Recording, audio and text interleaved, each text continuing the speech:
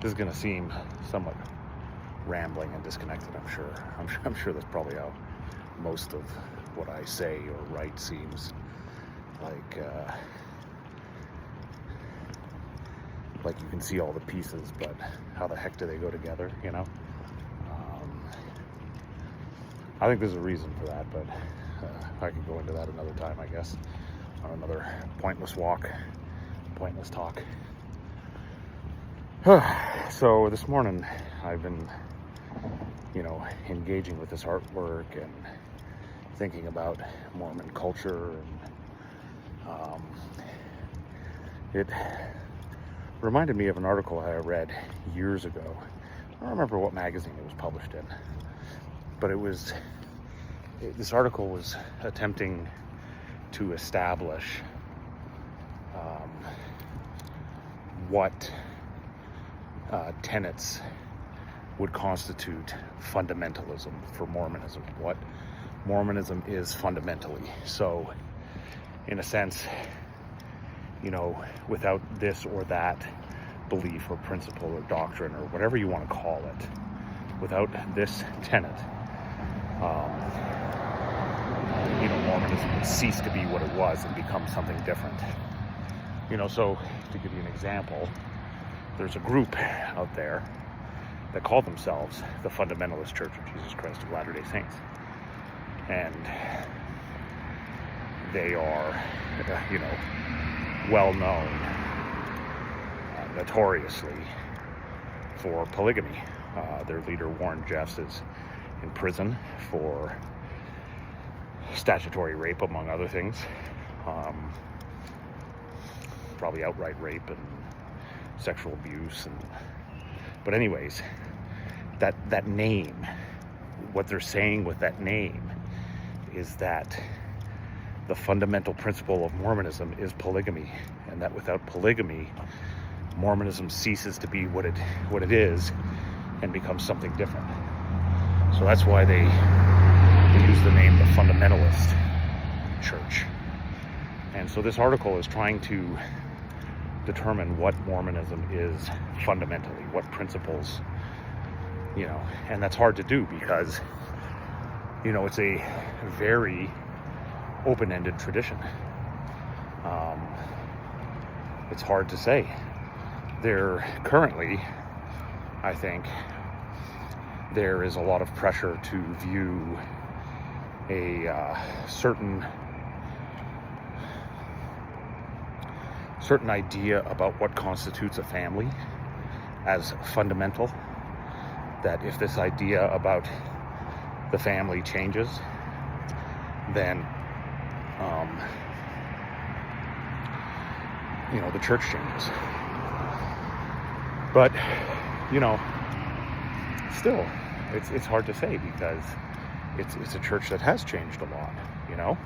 Like I said, it's very open-ended tradition. For example, there was a time when the leader of the church held that interracial marriage was a sin akin to murder, that the only way to redeem yourself from engaging in an interracial sexual union was to have your blood spilled. That Jesus' atonement can only go so far to help you if you murdered or if you engaged in interracial sex. Those are the two closest things to an unforgivable sin in Mormonism, anyways, but that's changed. That's different. They've shifted entirely and repudiated that stuff publicly. Not through the form of saying, we were wrong, the church was wrong, more putting it on these specific people, and the ideas and the culture that they grew up in and this and that, but still they repudiate it. They've distanced themselves from it. So what is it fundamentally? And that's, like I said, hard to pin down. But But I'm gonna offer a hypothesis about what is fundamental to Mormonism, to Mormon culture, to Mormon belief, to the Church of Jesus Christ of Latter-day Saints, and to all other versions and traditions within that, Mormon tent. And I'm going to say that fundamental piece is prophetic authority. That is fundamentally what Mormonism is, that it cannot depart from that. It will not, resists departing from it in any way, shape, or form. Even in their repudiations of former racial beliefs, doctrines, they muddy it. They make it not a doctrine, not from God. It was a failure of men, and so they make it not prophetic. And they do this, ironically, in order to salvage prophetic authority. And that's interesting, One of the earliest challenges Joseph Smith faces is from Hiram Page, who is also using a seer stone to produce revelations. And then Joseph Smith produces a revelation saying that only Joseph Smith can produce revelations for the church. So I think that is fundamentally what Mormonism is. And, unfortunately, I think that plays into the hands of some of their early critics. Maybe not in the way that they meant, and not in a way that justifies their actions, I think. But D. Michael Quinn writes a series of books on Mormon authority, and he demonstrates how in the early years what Joseph Smith is doing is centralizing authority in himself, making himself an unquestionable, unimpeachable authority. And that's interesting since by revelation, Joseph Smith also produces a means for removing a president of the church. Now, the way that Quinn describes this, he describes it in a way that what Smith is doing is actually isolating himself, making himself unimpeachable by making the impeachment process unbelievably hard. Like what they would need, what they would need to do to remove him would be, almost impossible to achieve. So according to Quinn, this would align with, what I'm suggesting is fundamentalism. I don't know if Quinn's correct or incorrect. I'm sure there's ways to adjust that narrative. I'm not familiar enough with him to say one way or the other. So, anyways, the thing that kind of I think lends credence to what Quinn is saying, though, is this pattern in early Mormonism. And Quinn shows this, but it also pops up in other places. Other descriptions. Quinn describes how the hierarchy within the church was different then, in the early days and up until the time of Joseph Smith's death. It was different than it becomes later. There wasn't, today there's this established hierarchy, but back then there wasn't really a hierarchy so much as there was Joseph Smith and all the different organizations under him. And he was the only thing over them. They weren't over each other, you know, in the hierarchy. So I think that lends some credence. Some apologetic pushback against, criticisms of polygamy, I think, also point to this, because I think they point to something important. What these apologetic pushbacks are trying to do is show how, they're trying to save the figure of Joseph Smith and early church leaders as noble people, and pushing back against the idea that polygamy was just about sexual desire. And I think there's something to that. And I think Benjamin Park's book, Kingdom of Nauvoo, points to this also, where polygamy is at least as much about creating social and political and cultural alliances for Joseph Smith as it is about sex and procreation.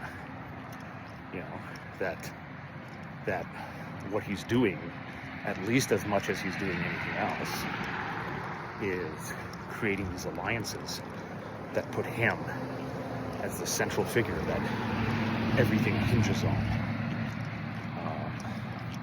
Again, centralizing himself, isolating himself from impeachment, securing his position, and so that's another reason that I would point to, fundamentalism as this unimpeachable central authority.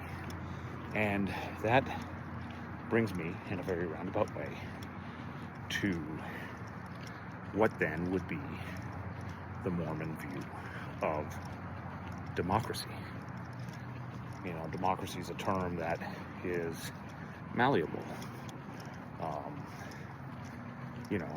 It doesn't, each group can play with it and make it their own and adapt it to their circumstances. So how would this hypothesis of Mormon fundamentalism interpret democracy? And I would say, and I think texts like the Book of Mormon bear this out, that for Mormonism, democracy fundamentally is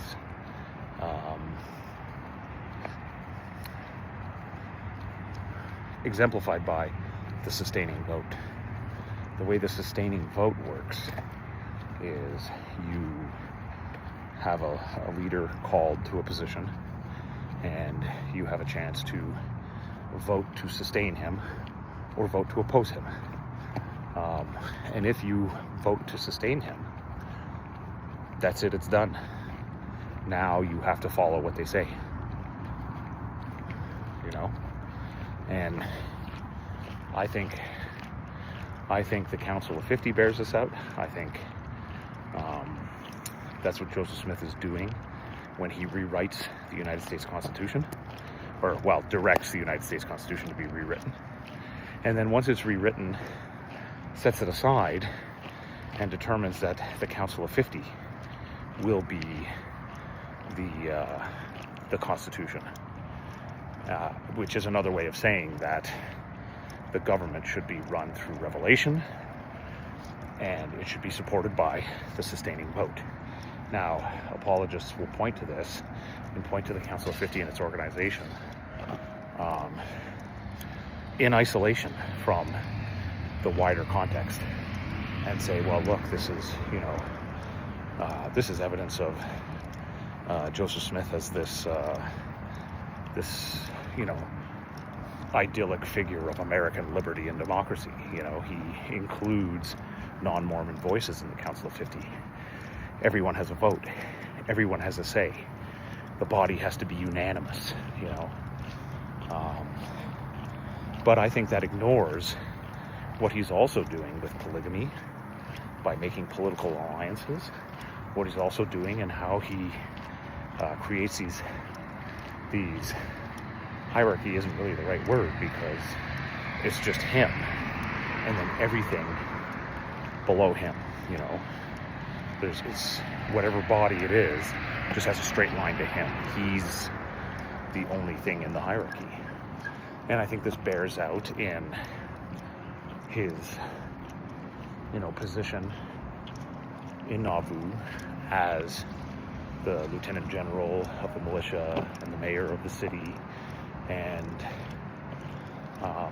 I think that if you want an example of what he really means when he talks about this stuff, what he really means by, you know, the unanimous vote, the body being together, united, what he really means by unity, I think you can see that in the Nauvoo City Council meeting notes voting for the destruction of the Nauvoo Expositor.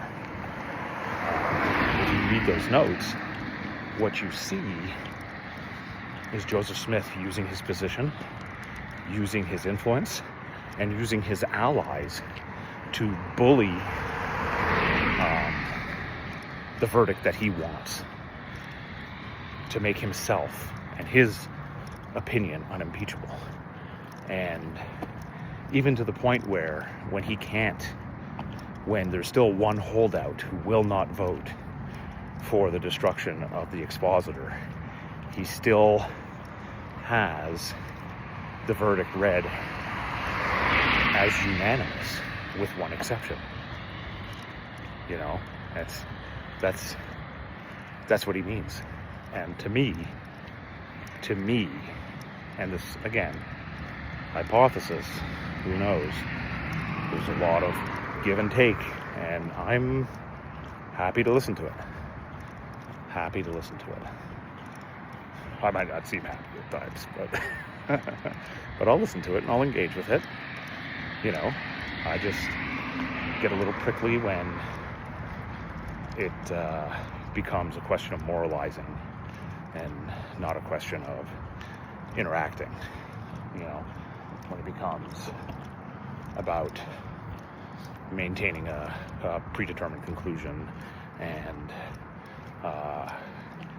the maintenance of that predetermined conclusion is all about supporting and mandating a view of identity. That's when I get a little prickly. I don't respond well to weaponization of culture and the use of shame as a tool to circumvent the need for reflection. So if I get prickly with you, that's probably why. Anyways, I'm happy to listen to different points of view, but I think that there, in those Nauvoo City Council minutes, that's where you see Mormon fundamentalism.